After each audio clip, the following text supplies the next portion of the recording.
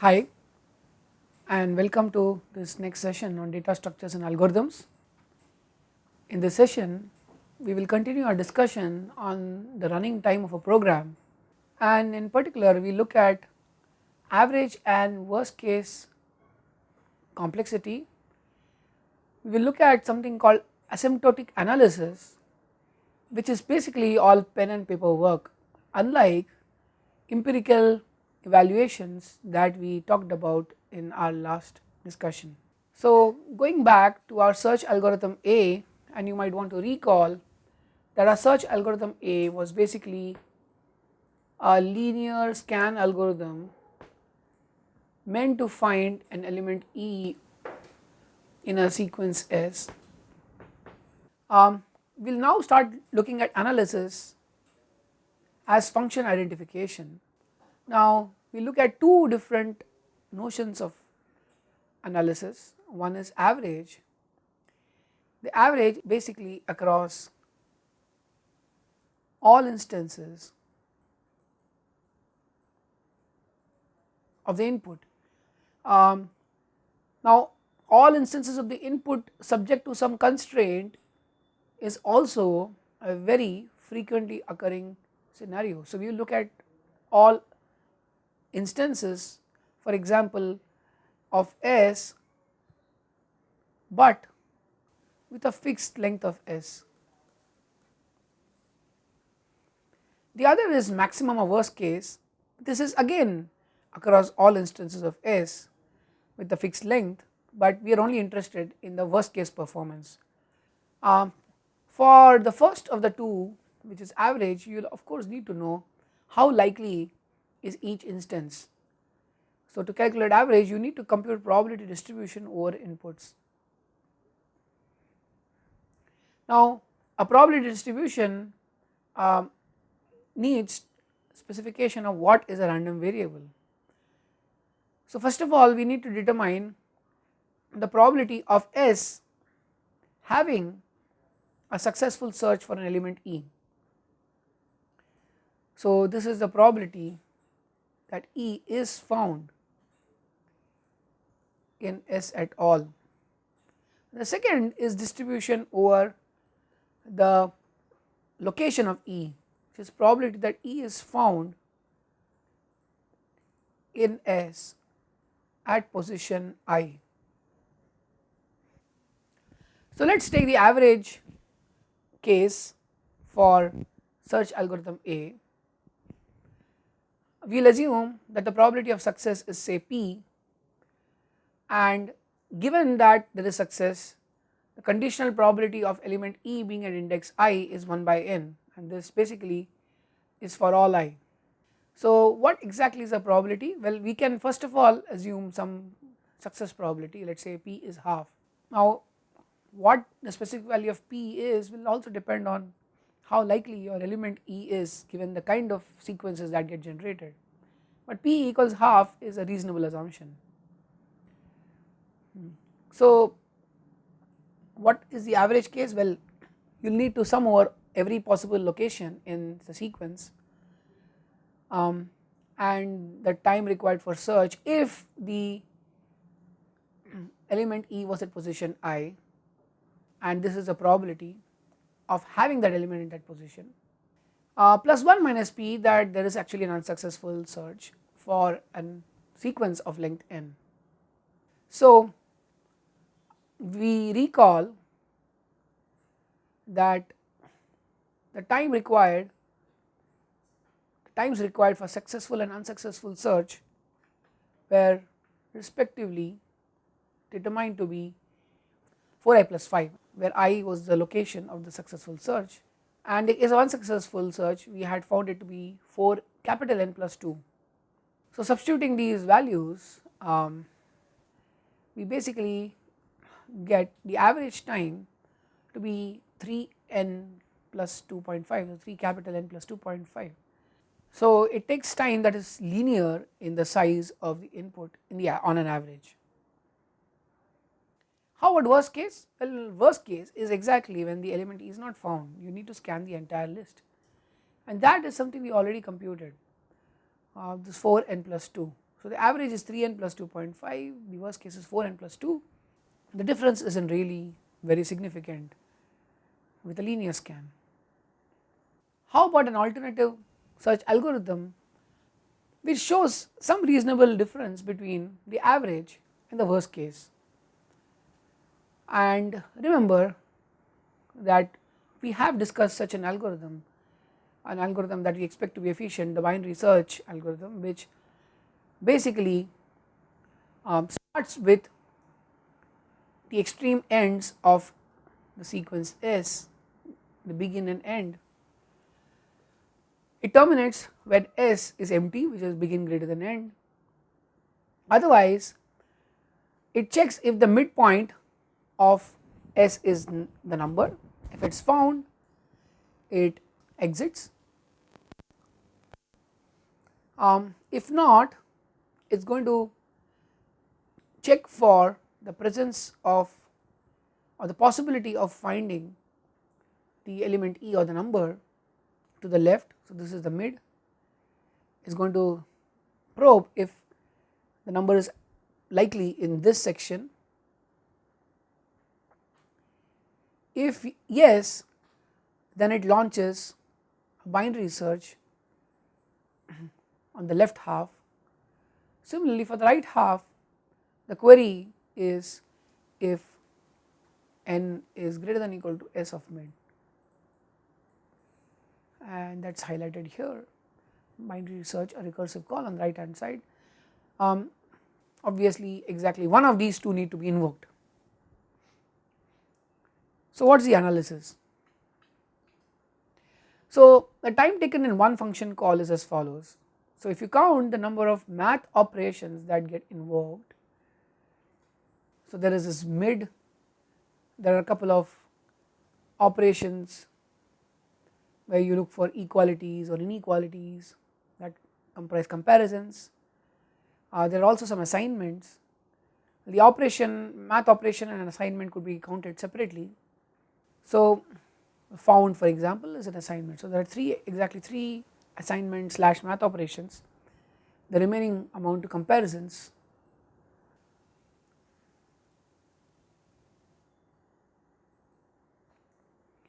In fact, two of these comparisons will invoke a cost of 2 each. That is because they also require you to compute the element at a particular location in the sequence. So there is basically array access or sequence access. So overall there is a comparison of 5.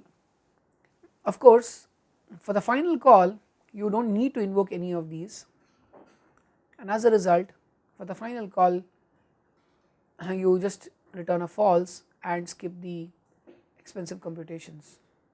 Sorry, this is a found is true, this is a final call. I am just going back.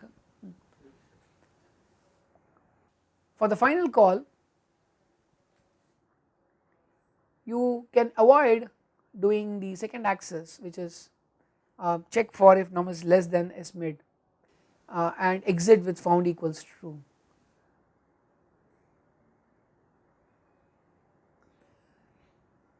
So therefore there are just 3 comparisons for the final call, 2 for this S mid equals num and 1 for begin greater than end.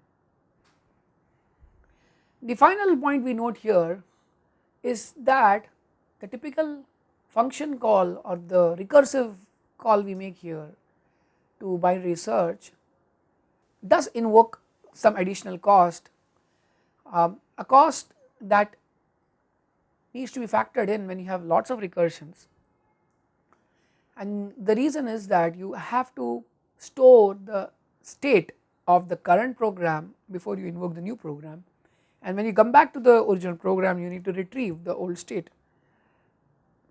So all of this gets stored in a stack, and that leads to more expensive function call. We have assigned an arbitrary additional cost for function calls C. A general note is that recursive calls can involve more overheads. As I already mentioned, this is because you need to save and also retrieving the parent program state. This is done through a stack. As an example, the factorial program implementation can be done in two different ways. So you can recall the factorial program. One was a recursive call, fact n is n times fact of n minus 1. This is a recursive call. You can also have an iterative version of the program which is equivalent, where you iterate over indices I equals 1 to n, and basically assign to factorial the product of the previous or the factorial so far with the current element being iterated upon. This is the same, but now you do not need to invoke a stack to maintain states and so on. So wherever possible, it is advised to invoke recursive iterative programs, but often recursive programs are compact, and for brevity you might write recursive programs, whereas while implementing you might go for the iterative versions. So let us look at the worst case for algorithm B, and that is when the element E is not present in the array, which basically amounts to scanning every position in the array. So this time required is basically C plus 8 for each call, except for the last call. The last call you basically find that the array is empty and you exit. So how many such calls? Well, first we can try and represent this whole search in the form of a tree. So the first call is with range 0 to n minus 1, but in every recursive call you reduce the search range by half of a factor. So you look at n by 2 and then n by 4. Now you might invoke the left or the right branch of this binary tree, but what you will be effectively doing is traversing a path in this tree. The termination is when you hit a leaf node in the tree. The termination is equivalent to the case when begin exceeds end in that recursive function. So we know that the depth of such a tree, a balanced tree, is basically log to the base 2 of n, or you could also reason out based on shrinking sizes of the sub arrays that at log to the base 2 of n you will basically have an array of size 1. So the time required is C plus 8 into log to the base 2 of n. This is for all the calls except the last one. The last case you will have a cost of 6, that really corresponds to the leaf. So our recurrence relation is Tn equals Tn by 2 plus C by 8. How do you solve this? In the following lecture we will talk of the master's theorem, and you can solve this using the master's theorem. Basically the master's theorem gives you a template for solving recurrence relations in the asymptotic case, and when I say asymptotic case I mean for reasonably large values of n. So how do these two algorithms compare? We will assume that algorithm B, the solution to the recurrence relation, is exactly what we found by analyzing the decision tree, and that happens to be C plus 8 log to the base 2 of n plus 6. So this is the worst case for binary search. The linear search has a worst case of 4n plus 3. Now which of these is faster?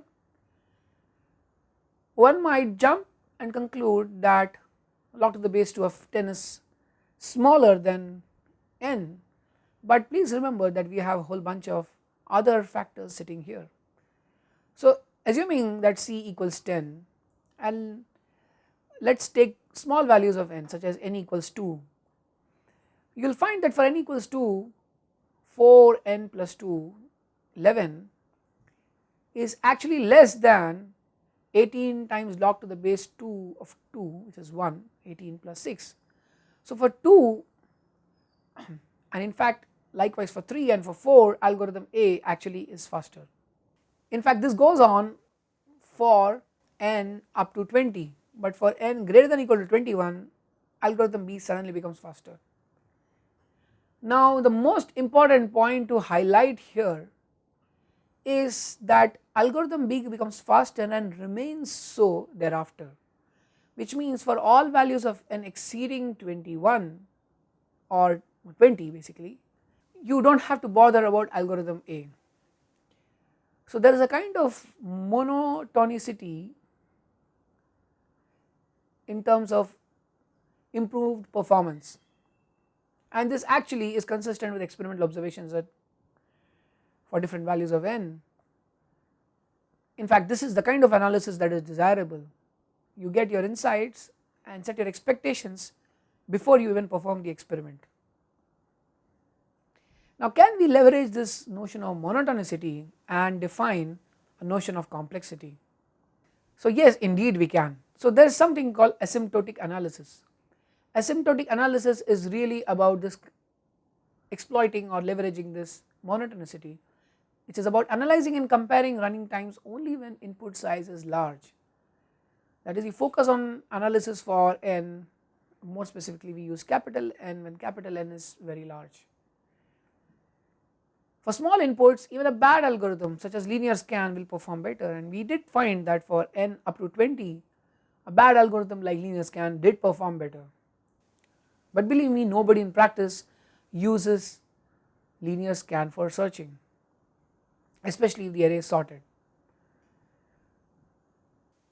The other thing is, we also want to get out of unnecessary details, and we do that by focusing on order of growth.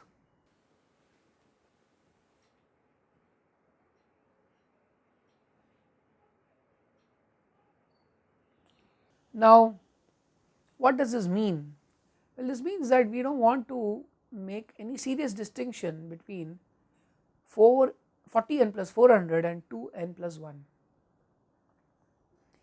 Now this might be surprising for beginners, but the point is, for large values of n we have other more serious concerns. The way 40n grows with n is not the way n square grows with n. So n square grows much faster than 40n. So we want to make a big distinction between 2n plus 1 on the one hand and 400 log n plus 1000 on the other hand, or as I pointed out, n square on the other hand. So we do want to make this distinction. So the order of growth is really based on what we want to distinguish from what. So we want to be able to say that 2n plus 1 is slower than 400 log n plus 1000 and it is faster than n square. How do you say that? The intuition is as follows. The intuition is that function n grows faster than log n. So we are talking about rate of growth. For those who are familiar with calculus, you could look at the derivative of n, dn is 1, whereas the derivative of log n with respect to n is 1 by n. So we have some intuition for continued valued numbers, for real numbers for example, that n does grow faster than log n. Now can we articulate this algorithmically, and we try and build up on this intuition. Intuition is that irrespective of the constants involved in the analysis, we know that after some large value of n, algorithm A will become slower than algorithm B. So here the slower is where we talk about the rate of growth. So recall that Tn for algorithm A was basically proportional to n, and we will give it a name called linear. For B, Tn was proportional to log n, we give it a name logarithmic. What have we done in this process is we have ignored constants. Constants do not matter. What matters is that one was linear, the other was logarithmic. But again, we need something more formal. So before we look at the formal definition, let us just plot these different functions and convince ourselves log n indeed grows much slower than n. Well, n we expect to be linear. What we have also shown here are other functions such as n log n, which grow faster than log n but grow slower than n square, and n cube and so on grow really fast. 2 power n is something we would never like to have. So the fundamental running time of an algorithm is called its time complexity.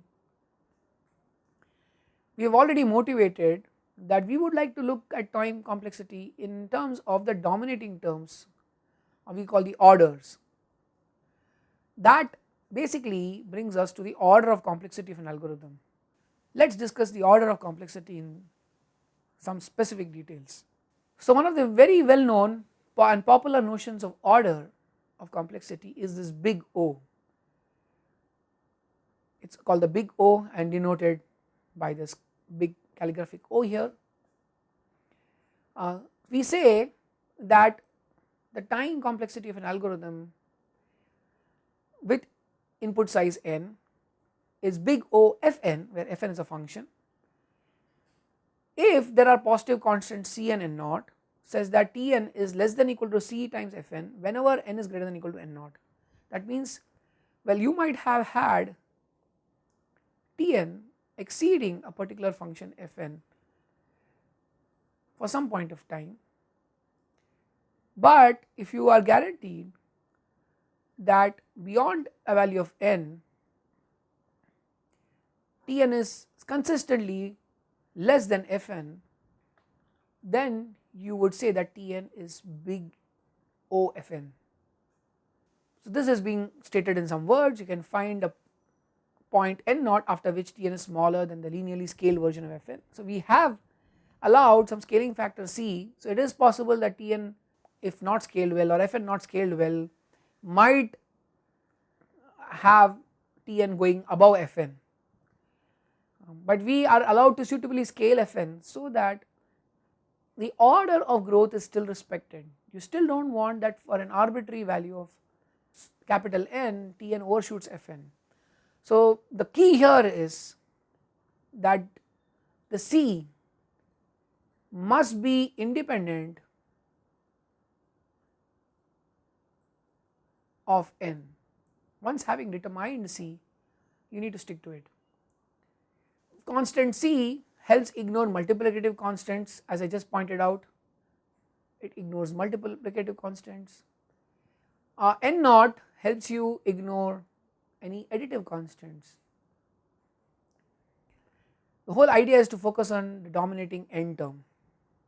Thank you.